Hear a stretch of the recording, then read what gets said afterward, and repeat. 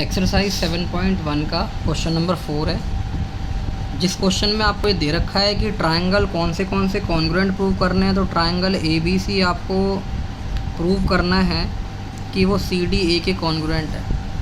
यहाँ पर ये नेमिंग जो है, नेमिंग किस तरह से ली गई है, इस नेमिंग को ज़रा समझते हैं। तो सबसे पहले ये बोला गया है कि ये लाइन और ये लाइन दोनों पैरेलल हैं, और ये जो वी कैन से Q जो है लाइन, वो P लाइन के पैरेलल है। दोनों आपस में पैरेलल हैं। अगर हम इन दोनों पैरेलल लाइंस को लेते हैं, AB को और BC को, तो ये दोनों पैरेलल लाइंस के लिए ये AC जो है ट्रांसवर्सल है। अगर AC ट्रांसवर्सल है तो पैरेलल लाइन से लेकर के इस ट्रांसवर्सल तक का एंगल, और ये जो पैरेलल लाइन है, क्योंकि ये दोनों पैरेलल हैं, तो पैरेलल लाइन से लेकर इस ट्रांसवर्सल तक ये एंगल इक्वल होंगे, क्योंकि अल्टरनेट इंटीरियर एंगल इक्वल हो गए। एंड उसके बाद एंगल तो यहाँ पर भी बराबर हो जाते, पर वो एंगल ट्रांसवर्सल से इस पैरेलल तक आता, तो हम नहीं ले सकते उसको।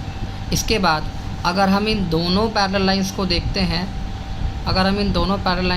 हैं, तो इन दोनों पैरेलल लाइंस के लिए भी यही ट्रांसवर्सल है। तो इस पैरेलल लाइन से लेकर ट्रांसवर्सल तक और इस पैरेलल लाइन से लेकर इस ट्रांसवर्सल तक, ये दोनों एंगल इन दोनों के लिए अल्टरनेट इंटीरियर एंगल हो गए। यानी कि इस तरह से Z बनता है वहाँ पे। तो इस Z के कोने में ये आ रहा है। आगे बढ़ते हैं तो इस तरह से ये आ रहा है, ये वाला। अब इसके बाद दो चीज़ें हमें मिल गई हैं, दो चीज़ें हमें बराबर मिल गई हैं। क्वेश्चन में बाकी और कुछ गिवन नहीं था। ये गिवन था कि लाइंस पैरेलल हैं, तो लाइन अगर पैरेलल है तो हमें खुद ही वहाँ पर प्रॉपर्टीज़ लगानी होंगी। एंड हम देख सकते हैं कि दोनों ट्रायंगल्स में एक रेड ट्रायंगल है, एक ऑरेंज ट्रायंगल है, तो एक इसमें दोनों में AC कॉमन आ रही है। तो अब हम ये भी समझेंगे कि कौन सी कॉन्ग्रुएंसी यहाँ पर लगी है। तो सबसे पहले यही समझ लेते हैं कि कौन सी कॉन्ग्रुएंसी लगी है। तो क्वेश्चन करने से पहले ही समझ में आ जाएगा कि कौन सी कॉन्ग्रुएंसी लगी है। ये जो साइड है बीच में, ये जिसको हम AC है, ये वाली लाइन, तो ये जो AC लाइन है, इस AC लाइन पर ही दोनों एंगल बन रहे हैं, क्योंकि AC दोनों के बीच में कॉमन है, और कॉमन है तो पता है कि वो दे रखी है। तो दी गई साइड के ऊपर ही जब दोनों एंगल बने, तो वहाँ पर हमारी एंगल साइड एंगल कॉन्ग्रुएंसी लग जाती है। तो एंगल है, साइड है और एंगल है, यानी कि ये साइड हमें गिवन है क्योंकि ये कॉमन है। तो हम लिखेंगे इन ट्रायंगल ABC, एंड क्योंकि अभी पता नहीं है कि कॉन्ग्रुएंट हमें प्रूव करना है, तो triangle ABC and triangle CDA। तो यहाँ पर ट्रायंगल की नेमिंग कैसे हुई है समझते हैं इस बात को।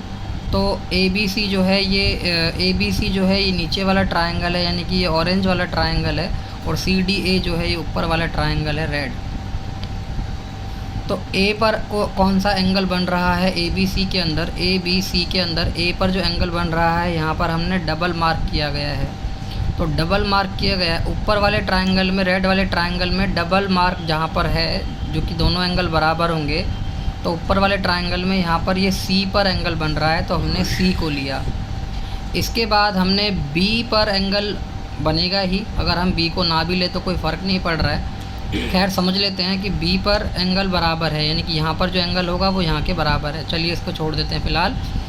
फिर C और A पर बनने वाला, तो ABC में C पर बनने वाला एंगल सिंगल मार्क्ड है, एंड फिर A पर बनने वाला एंगल ऊपर वाले में CDA ट्रायंगल के अंदर, तो A जो है वो सिंगल मार्क्ड है। तो सिंगल मार्क जो है करस्पॉन्डिंगली आपको दिख रहे हैं, C जहाँ पर ये है इस ABC में, और सिंगल मार्क्ड A है यहाँ पर। तो ट्रायंगल की नेमिंग इस तरह से होगी। जहाँ पर भी ट्रायंगल की नेमिंग नहीं है वहाँ पर ऐसे समझ सकते हैं। इसके बाद अब हमें क्या क्या लिखना है। ABC का हमें पता है कि इस ABC के अंदर यहाँ पर हमें दो एंगल दे रखे हैं, तो कौन सा वाला एंगल लेंगे, पहले कोई सा भी एंगल ले लेते हैं। हम एंगल लिख देते हैं, अगर BAC लिख रहे हैं तो BAC वाला जो एंगल है वो किसके बराबर लिखा जाएगा। हमने A पर मार्क किया है, तो हमें C पर मार्क करना है, क्योंकि A पर यहाँ पर बन रहा है और यहाँ पर C पर, तो C को हमें बीच में लेकर आना है। बस अब दिक्कत ये है कि हमें यहाँ पर D लिखना है या हमें यहाँ पर A लिखना है, क्योंकि ACD में भी यही एंगल आ रहा है और DCA में भी यही एंगल आ रहा है। तो हम देख सकते हैं कि B के करस्पॉन्डिंग D है, यानी कि B के बराबर D है, तो हम यहाँ पर D लेंगे, तो DC और फिर A। क्योंकि सी पर यानी कि बी, अगर हम ये वाला ट्रायंगल देखते हैं बी ए सी, तो सी जो है सी पर सिंगल मार्क्ड है, तो लास्ट में आपको सिंगल मार्क्ड ही दिखना चाहिए।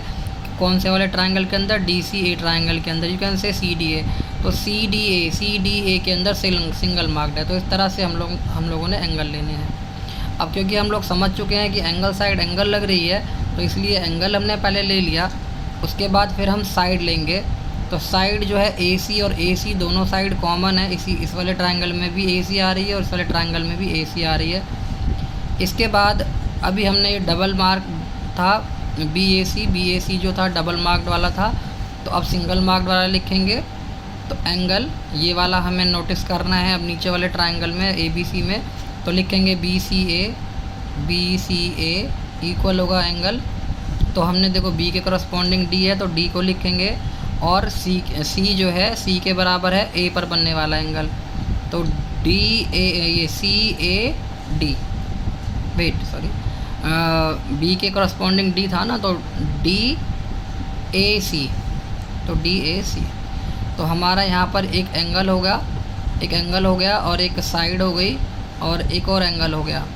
तो ये चीज़ हम क्लियर कर चुके हैं कि किस तरह से एंगल साइड एंगल लगी है। तो एंगल साइड एंगल जो है, एंगल अगर एक ही कॉमन साइड पर बने, गिवन साइड पर बने दोनों एंगल, तो एंगल है साइड है एंगल है।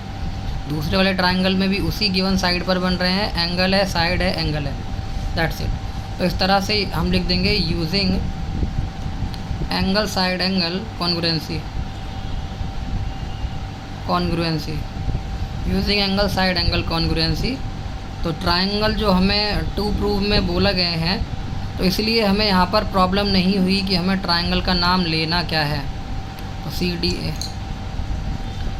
अगर हम ट्रायंगल को ऑर्डर में लेते हैं, तो अगर इसके बाद अगर ये पूछता कि बताओ कि बी सी जो है वो ए डी के बराबर है, तो देखो बी सी जो है वो ए डी के बराबर है। तो सब कुछ ट्रायंगल के नेम पर डिपेंड करता है। तो अगर कहता कि ए बी जो है वो सी डी के बराबर है, अगर क्वेश्चन में पूछा जाता तो ए बी जो है सी डी के बराबर है ये बताओ, तो स्टार्टिंग में ही पेयर आएगा, ए बी और सी डी दोनों बराबर होंगे। तो ये बेनिफिट होता है ट्रायंगल का नाम सही से ऑर्डर में लेने पर। तो ये क्वेश्चन यहाँ पर फिनिश हो जाता है।